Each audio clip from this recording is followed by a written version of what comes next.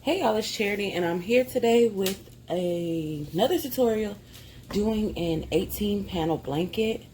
So I'm just going to hop right into it. I'm going to show you how you would get or create your template, again, template for making it yourself. So with just a tape measure, anything, before you get started, you could just measure the dimensions. Like here it says 10.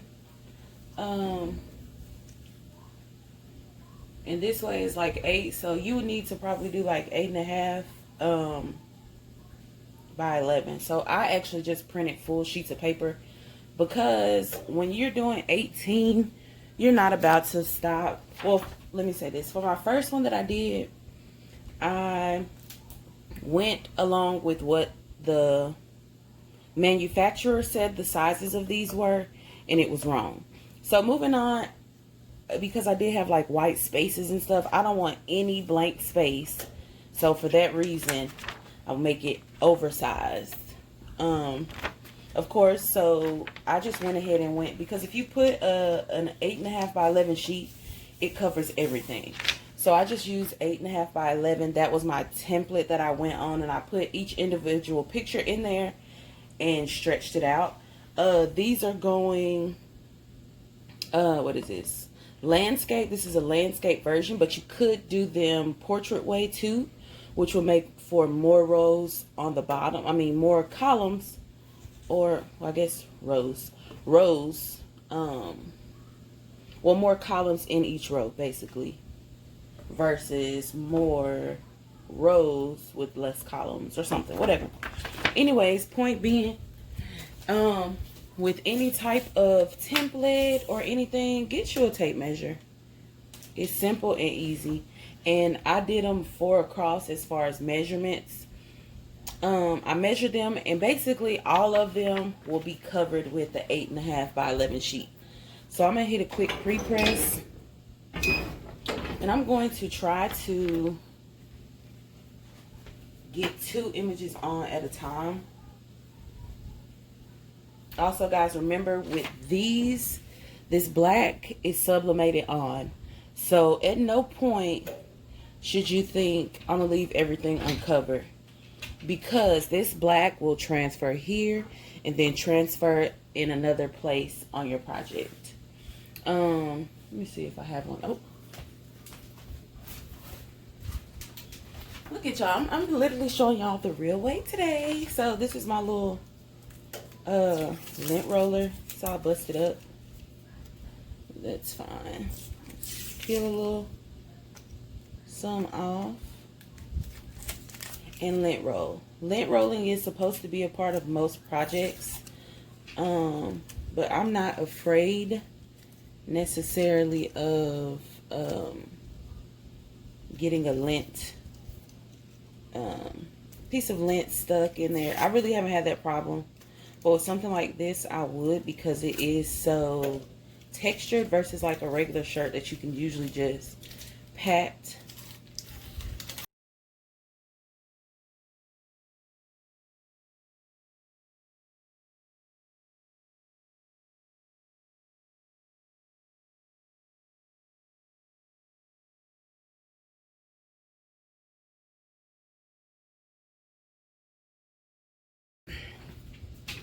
I'm gonna hit another little press after.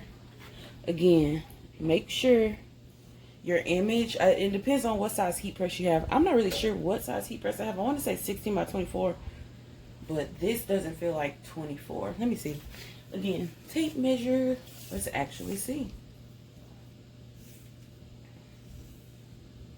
Yeah, I guess I have a 16 by 24.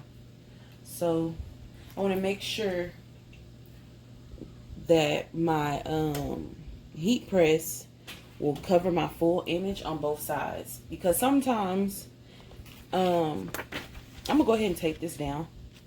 Well, really not tape, but well, yeah, I think it's important to use a little tape with this kind of stuff because it's such a big project. And a blank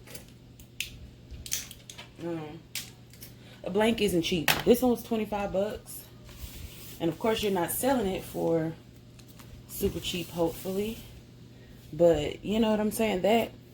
You don't want to mess up. Most times it's okay, but this $25,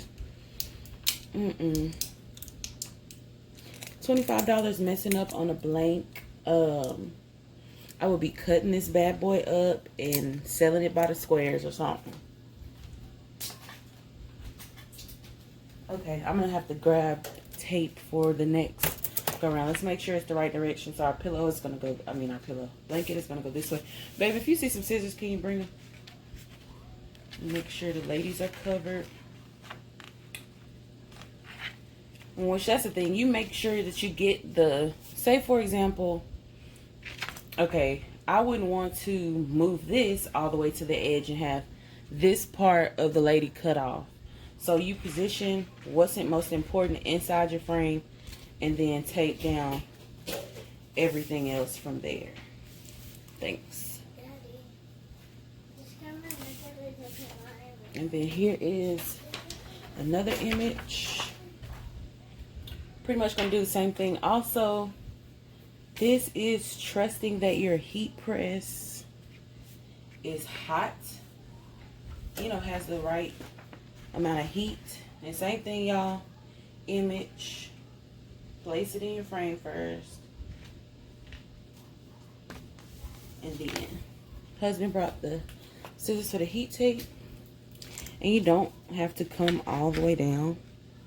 Like, you can just look at all. Well, you know what? It doesn't. It does not. It would have been a blank spot. Let's see. Yeah, it would have been a blank spot. And I would have kind of been sad about that. So, never hesitate to take your time. Like, I'm looking down this way to see if I see any white or where my paper doesn't overlap. Because that would have been a white space. Unnecessarily. It doesn't ruin the blanket, but if you care about the details, it kind of looks funky.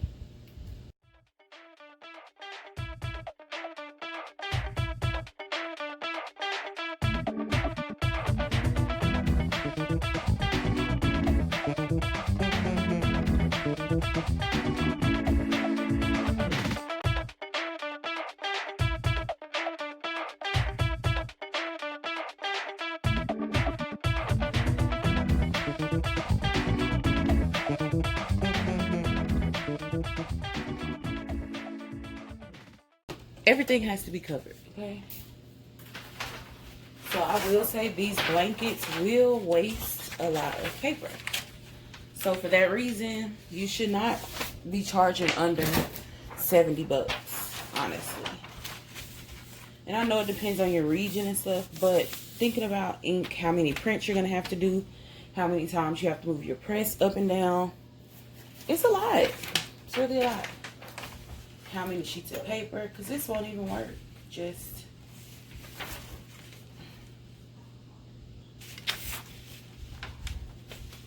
like, but it's like everything needs to be covered.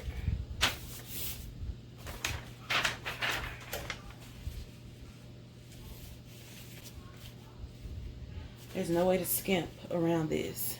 So if you don't have proper parchment paper or covering, I would hold off on this particular project, because you will go on for the next couple projects realizing, okay, I didn't cover everything, when you start seeing black marks. But you'll see when I take this off the press exactly, you know, this paper will be stained.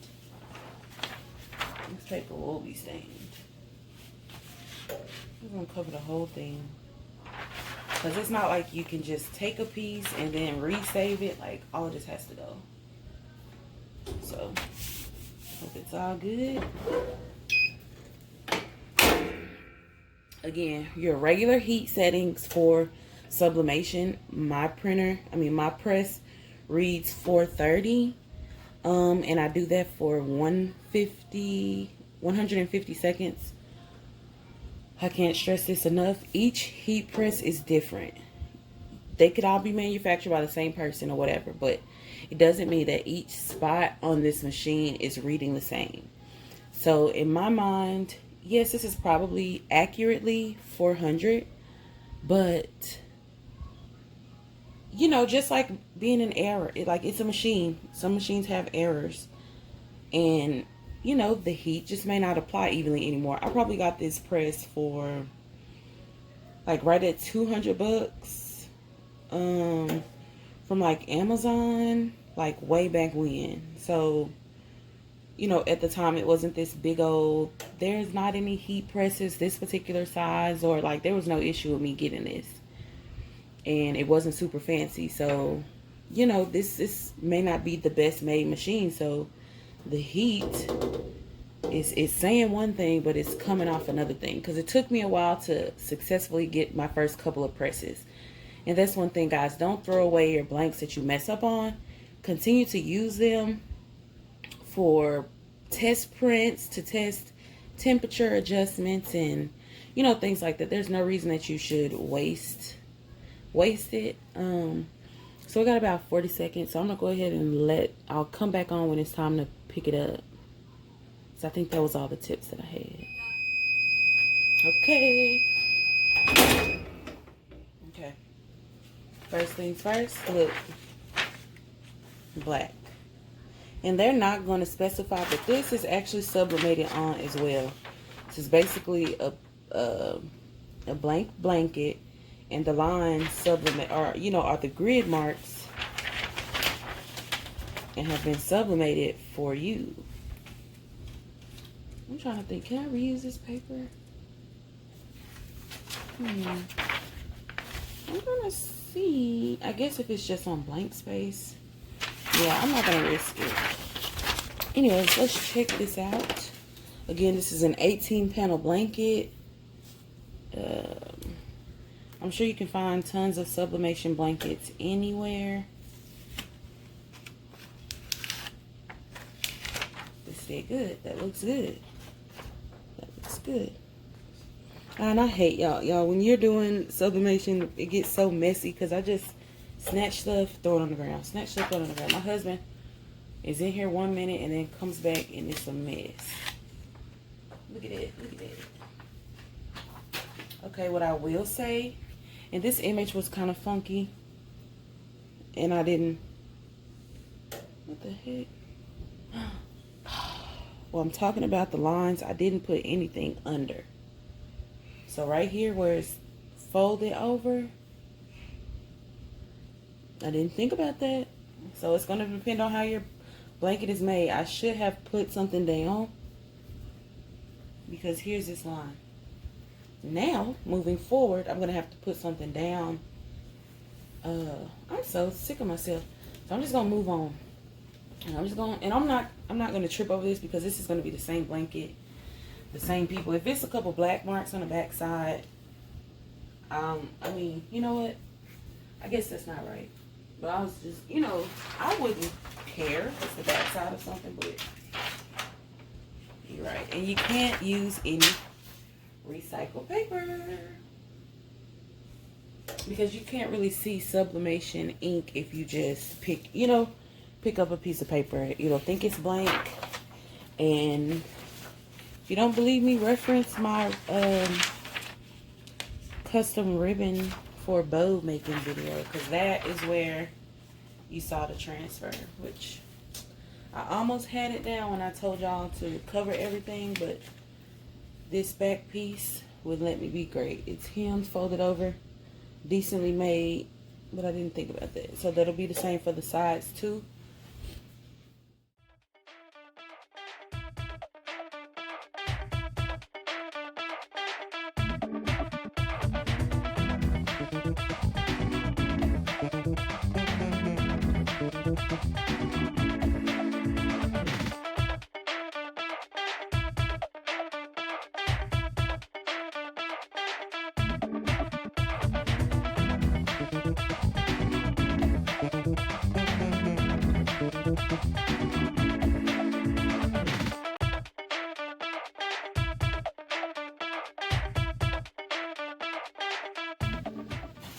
Okay, so I'm gonna do just 2 more, just to give you the gist, because moving forward, this is basically how it goes.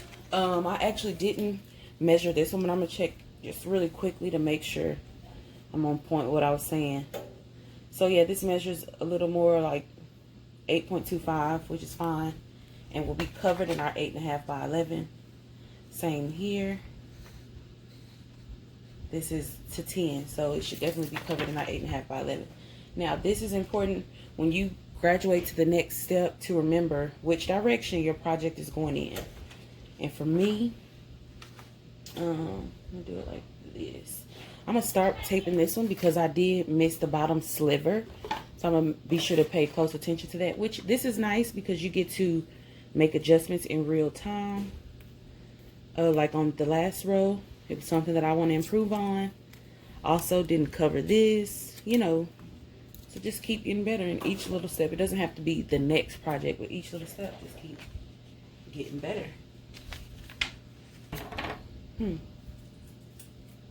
Take that part down. Take here. And do the same for here.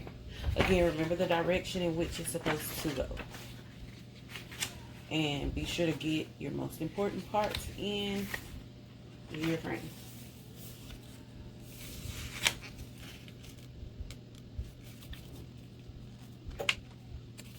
Okay.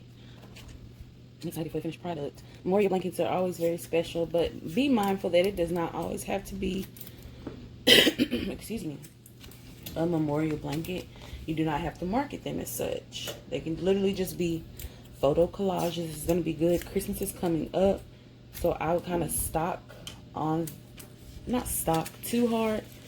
I would first introduce this if you have an online market to them, so that you will not be left with so much product. Because even if you have a online market that you are using, you do not have to have so much just on hand ready to go, because doing stuff online kind of builds in your processing time. So your processing time should be however long it takes the blanket to get to you, plus the amount of time, you know, you would need to do the blanket and get, you know, and get the blanket out. So again, big sheets of paper. Gonna pretty much need 4. And be sure y'all don't do this, because this will just print on here and you'll be mad. You'll be sad. So I really could glue that down. I mean, tape this down. I'm just kind of being not lazy, because I thought it was gonna be enough and do. But let's see. Taping just kind of reassures your positioning. And if your heat press jumps like mine, you may need to secure even more. Should be okay. Nothing's here. Okay, I'll be back when it's time to do it.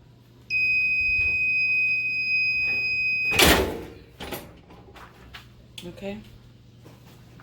So this worked fine, but only because I was able to see exactly where the old grid lines were. It made sure it was nowhere in this white space for our next images. Now, let's see. I don't know if you can tell right here, but the old ladies, they transferred from here, that's already done, back onto this. So you cannot feel like, oh, I've already pressed it, it's not going to transfer. No, it will continue to transfer. I don't know if you can see it, but you can just point out those 2 glasses. You probably will be able to. There you go. 2 glasses, 2 faces from the press that we did to begin with. Now, looking here, y'all, I barely made the cut for staying within the white lines. I don't know if you can tell, but it's very important when you're doing these collage things to make your box bigger, because having a little white space just, to me, looks unprofessional. I said it. Looks unprofessional. And I will say I've been guilty of that before, my first time. But it's not something that I do often. And even here, I did get a smidge off. It's like a tiny, super tiny, I don't know if you can see it, a super tiny little sliver right here. Now I need to start coming on this side of my press and checking. But yeah, guys.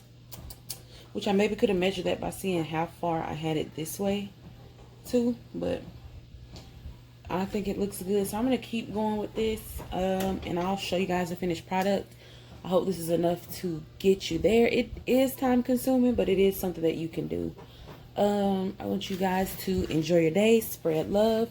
Until next time. Hey y'all, so this is the finished product.